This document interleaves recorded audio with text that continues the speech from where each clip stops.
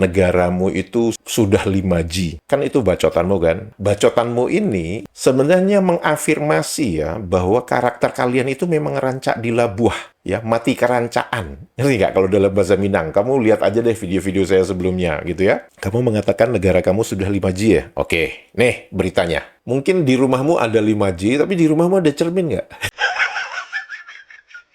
Jangan kasih kendor.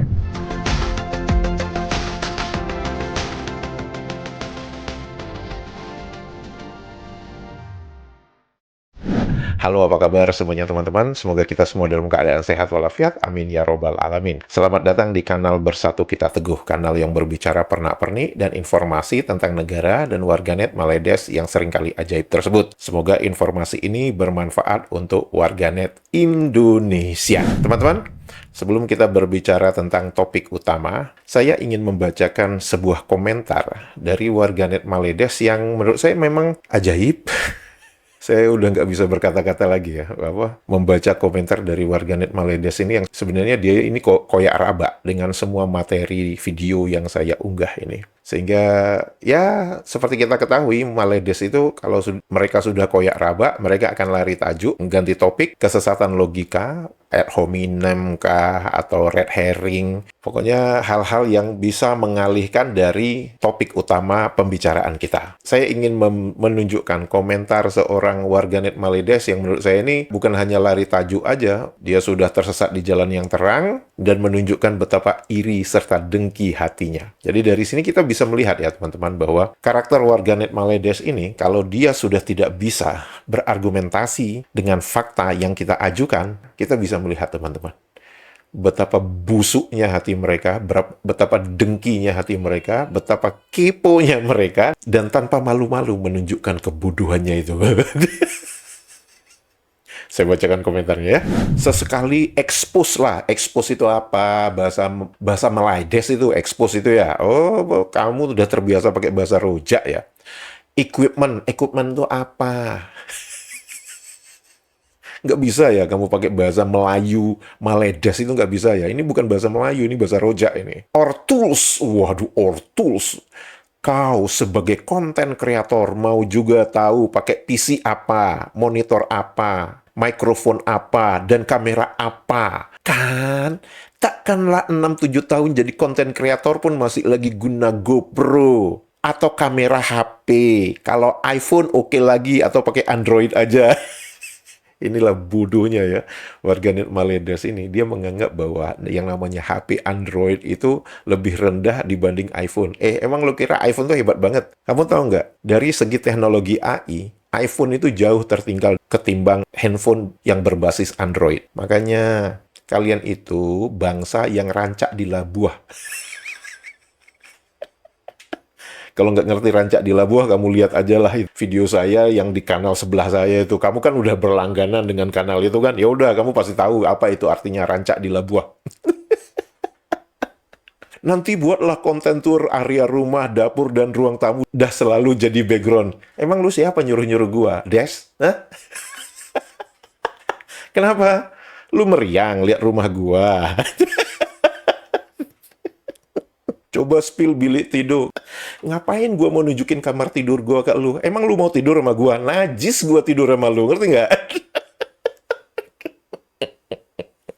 Aduh. Nah, ini nih, yang menarik nih ya. Dia mengatakan apa? Negara aku udah guna 5G+. Kau masih lagi 4G?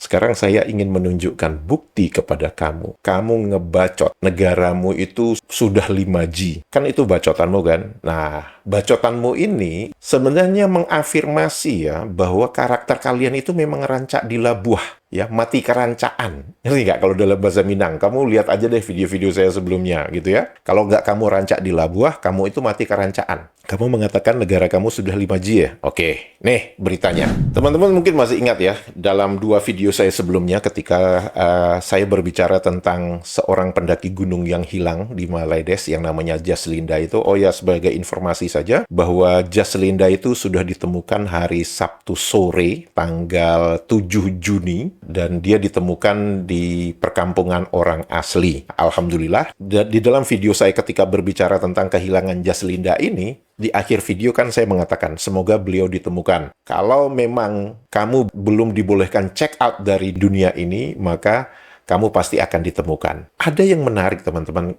Mengapa pencariannya itu sudah hampir 2 minggu? Yang menarik itu adalah begini ya teman-teman. Seperti kita ketahui ya, badan yang bertanggung jawab untuk mencari pendaki yang hilang itu adalah namanya Fire Department and Rescue. Mereka mengatakan Balai Bomba dan Penyelamatan. Pertanyaannya itu gini ya, kalau bagian pemadam kebakaran dan penyelamatan itu diberikan tanggung jawab untuk misalkan urusan di dalam perkotaan atau pedesaan, misalkan ada kebakaran, ada orang tersangkut di pohon, nggak bisa turun, dan sebagainya, saya bisa mengerti ya teman-teman kalau itu melibatkan pemadam kebakaran dan penyelamatan yang ada di Maledes. Namun, ketika yang sesat itu atau yang hilang itu adalah pendaki gunung, menurut saya itu bukan bidang yang harus ditangani oleh bagian pemadam kebakaran dan penyelamatan. Bagian pemadam kebakaran dan penyelamatan itu hanya ada di kota ataupun di desa, tapi bukan untuk naik gunung. Itu bukan keahlian mereka. Nah, apa yang berbeda dengan Indonesia ya? Kalau di Indonesia,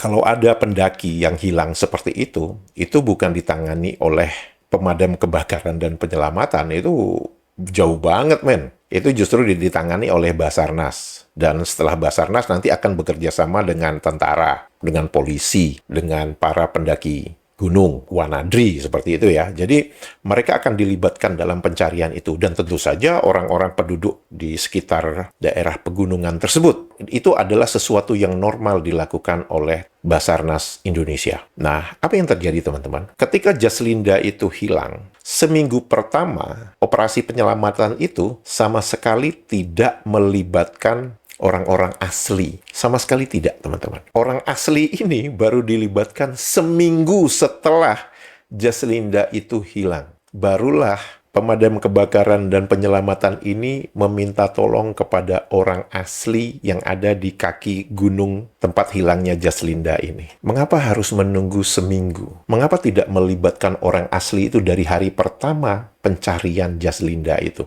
Ada sesuatu yang aneh. Apakah itu ego sektoral? Ya, kita nggak tahu ya. Bisa jadi itu ego sektoral. Tapi kalau kita merujuk kepada apa yang dikatakan oleh Saleha Yakob itu kan mengatakan, orang Melayu itu adalah orang-orang yang terbiasa hidup di pegunungan. Maksud lu orang asli, bukan orang Melayu.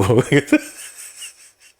Itu satu. Yang kedua, ataukah mungkin karena Saleha Yakob mengatakan begitu, dan kita mengetahui bahwa yang bekerja di bagian pemadam kebakaran dan penyelamatan itu mayoritas adalah orang tipe M. Tipe M-nya Maledes. Jadi mungkin ya ingin membuktikan teorinya Saleha Yakob itu, bahwa orang Melayu itu terbiasa di pegunungan. Sehingga akhirnya apa? Ya udah yang dilibatkan orang Melayu aja, nggak dilibatkan untuk orang asli. Begitu seminggu Jaslinda ini tidak bisa ditemukan, akhirnya barulah meminta tolong kepada orang asli atau daerah di perkampungan di kaki gunung tersebut. Menurut saya itu ego sektoral aja ya. Jaslinda ini sudah ditemukan hari Sabtu sore, tanggal 7 Juni. Jaslinda itu ditemukan di perkampungan orang asli. Artinya apa, teman-teman? Bahwa itu bukan hasil temuan dari pemadam kebakaran dan penyelamatan. Karena kalau saya membaca sekilas, klaim yang dibuat oleh pemadam kebakaran dan penyelamatan itu katanya mereka sudah menyisir area itu sudah 95%. 95% nggak ketemu. Nah, setelah itu skala pencariannya dikurangi. Tapi orang asli itu karena sudah diminta pertolongan,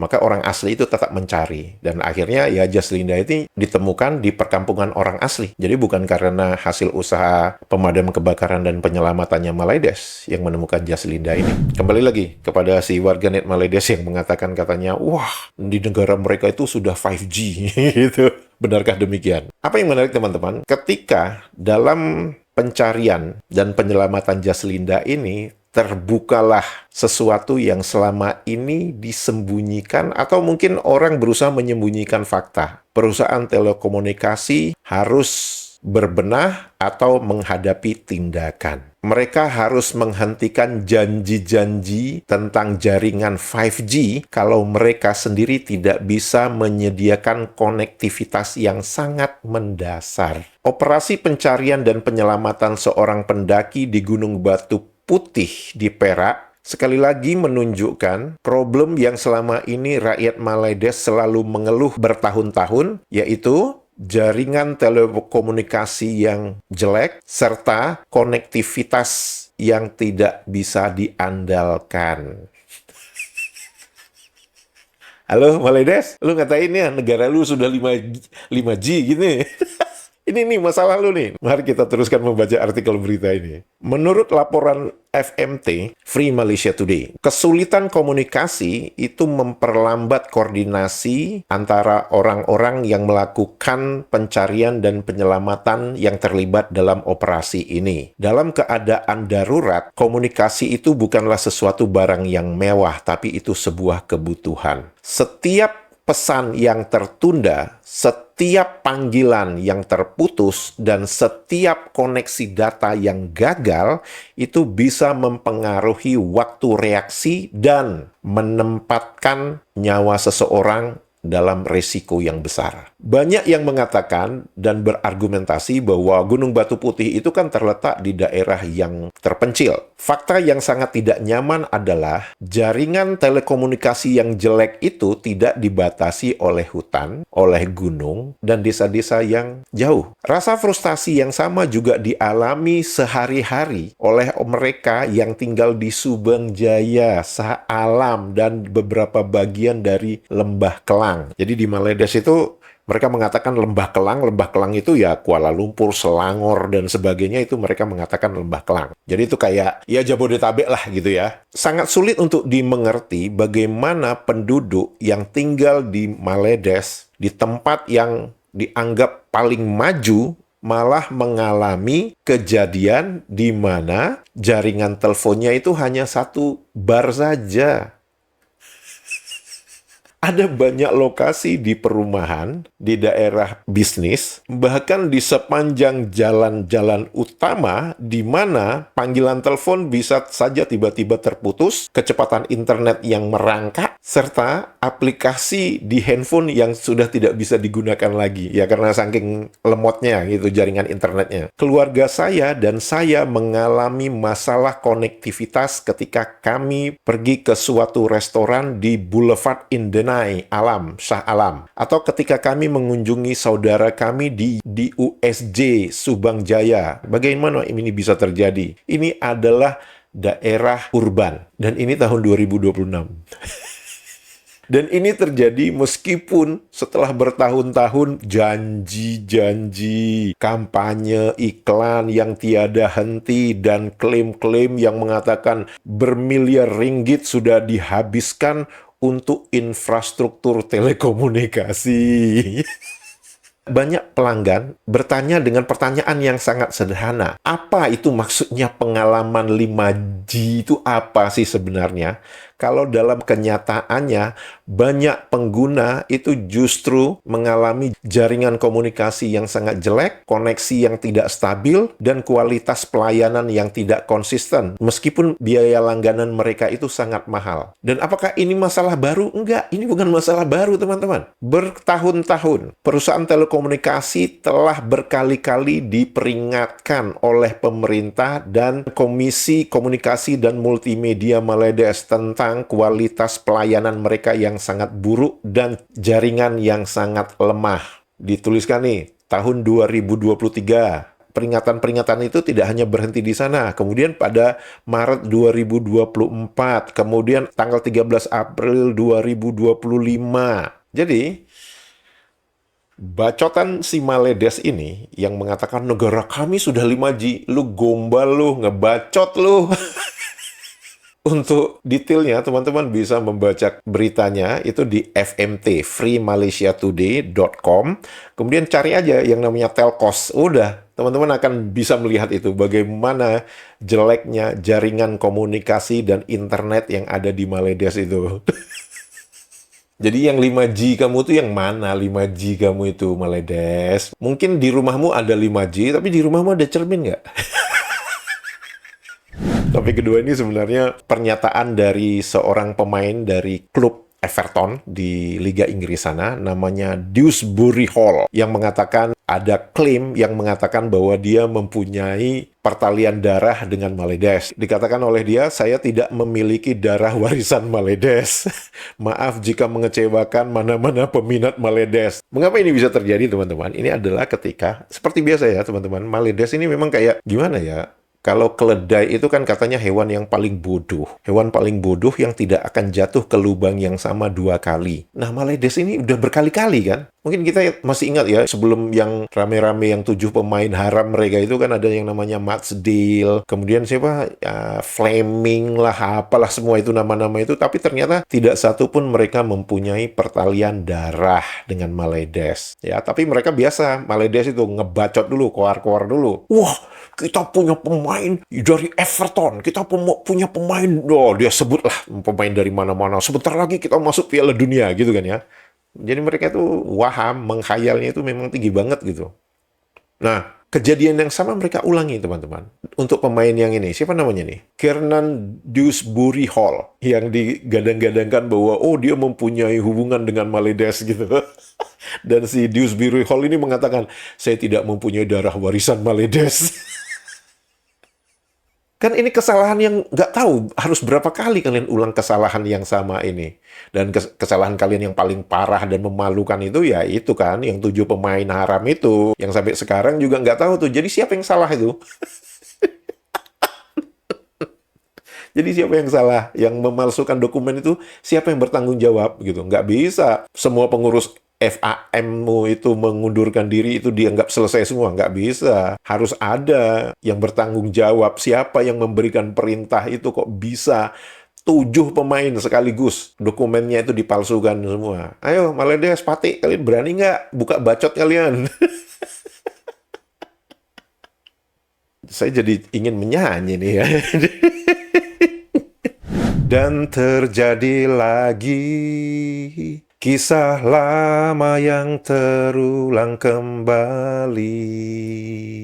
Kau menghayal lagi tentang pemain naturalisasi. Aku ingin kau mengerti, sifat wahammu semakin menjadi-jadi. Aku ingin kau merasa dirimu sudahlah gila.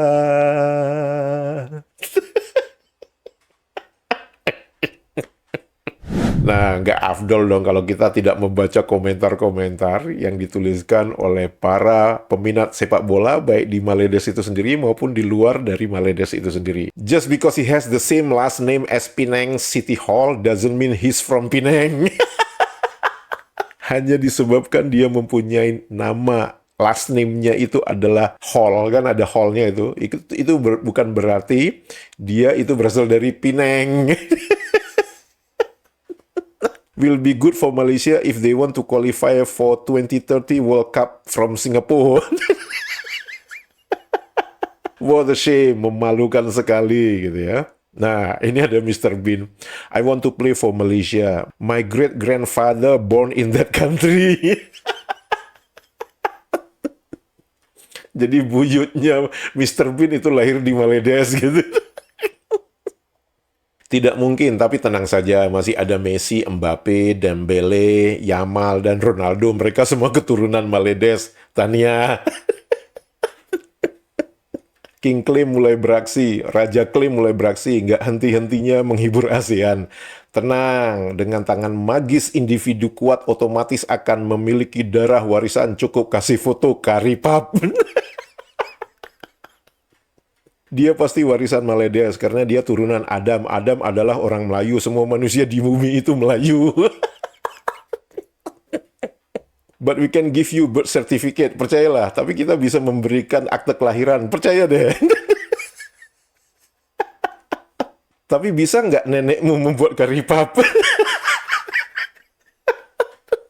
Nak klaim boleh ke? Nah, ini di dalam Facebook, dalam halaman Facebooknya Harimau Malaya, itu tertulis dengan sangat jelas bahwa bintang Everton, Kiernan Dewsbury Hall, itu menidakkan isu bahwa dia itu mempunyai keturunan Maledes. Dan ini dilakukan ketika dia diwawancarai oleh Stadium Astro. Loh, bayangkan. Astro, Stadium Astro. Yang katanya itu adalah salah satu yang bisa dipercaya di Maledes. Kalian sebelum mewawancarai orang itu, kalian sudah melakukan PR belum nggak sih? Ada rumor yang mengatakan bahwa Kiernan itu mempunyai kaitan darah dengan Maledes dan meminta FAM memanggil Kieran itu bermain untuk Harimau Maledes. Ini kalian mengulangi kesalahan yang sama berkali-kali. Sekali lagi ya, keledai itu katanya hewan yang paling bodoh. Itu jatuh ke lubang yang sama itu nggak pernah 2 kali. Kalian? Kalian buat kesimpulan sendiri aja ya. Kemudian ada yang memberi komentar, Ronaldo dan Messi mempunyai darah Maledes. Raja Clay mulai beraksi, congratulations bro, jangan seperti yang 7 itu, pemain haram itu. Jika tidak hari ini, mungkin minggu depan. Jika tidak minggu ini, mungkin bulan depan. Jika tidak bulan ini, mungkin tahun depan. Segala harapan kan datang yang kita impikan. Janganlah menyerah dulu, waktu masih panjang. Mulai klaim lagi, orang bodoh aja percaya Maledes dijajah Argentina dan Amerika Latin seperti 7 pemain itu. Master of claim, udah tahu bibitnya banyak dari Bangladesh, malah mau klaim bintang Everton. Dia pun sendiri tahu yang dia bukan keturunan Maledes. Kenapa 7 player haram itu memalsukan dokumen tersebut tidak tahu diri mereka sendiri. Perkembangan menarik teman-teman, bahwa Asosiasi Sepak Bola Asia itu sudah lepas tangan. Dia mengatakan bahwa mereka sudah menutup kasus pemalsuan 7 pemain dari Maledes ini. Hebat nggak tuh? Nah, ini ordal banget ini kan? Gue mau nanya sih, AFC itu emang dia menyelidiki kasus apa sih? Lepas tangan gitu aja ya. Weh, emang hebat nih ordal. Nah, ini nih dikatakan oleh si orang Maledes ini, si sekretaris jenderalnya AFC itu. Dia mengatakan bahwa untuk level AFC, kasus ini udah ditutup.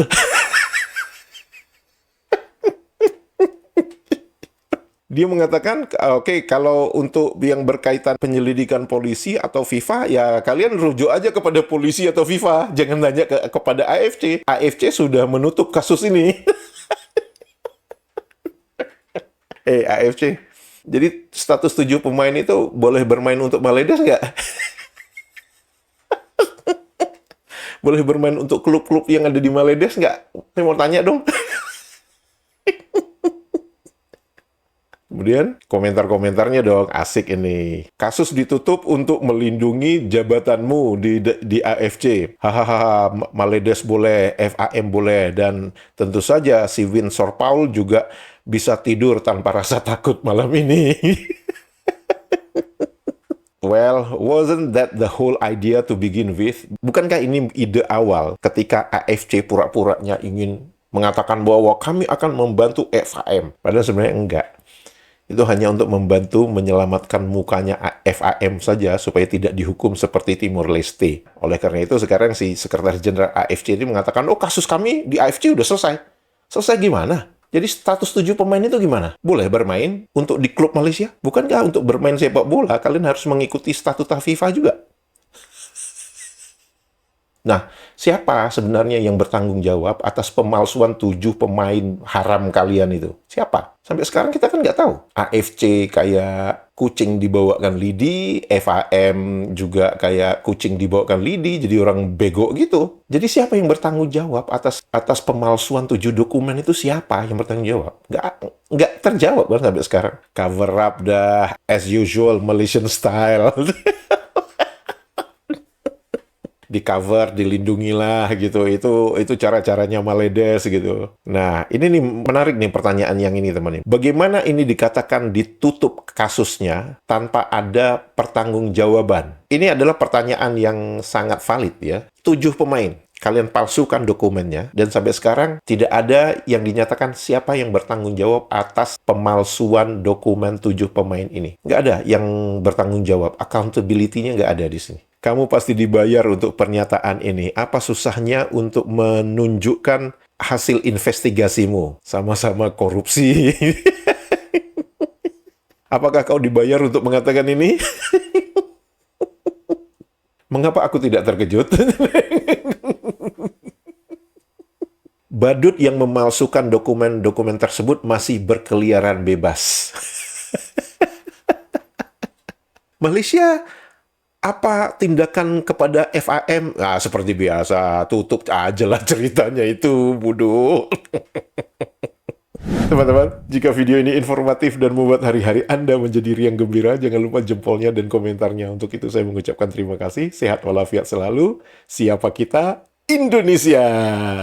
Orang Melayu ni menghadapi satu penyakit yang dipanggil denial syndrome. Orang Melayu susah nak terima kebenaran. Kalau apa yang kita kata tu bertentangan dengan sentimen mereka, pandangan mereka ataupun harapan mereka, mereka akan marah. Mereka akan maki kita, buat tuduhan macam-macam, macam-macam andaian. Semua yang fitnah. Tak betul. Tapi bagi mereka, biarlah fitnah pun. Biarlah bohong sekalipun. Asal dia orang boleh jawab apa kita kata dengan cara nak menyakiti hati, dia akan buat. Dan mereka tidak berhujah dengan logik atau rasional. Mereka tidak menjawab atau menafi pandangan kita dengan pandangan mereka. They don't rebut what we say with their own views. Dia cuma maki saja. That's it. So, kalau apa yang saya cakap kesalahan, salah, apa yang betul?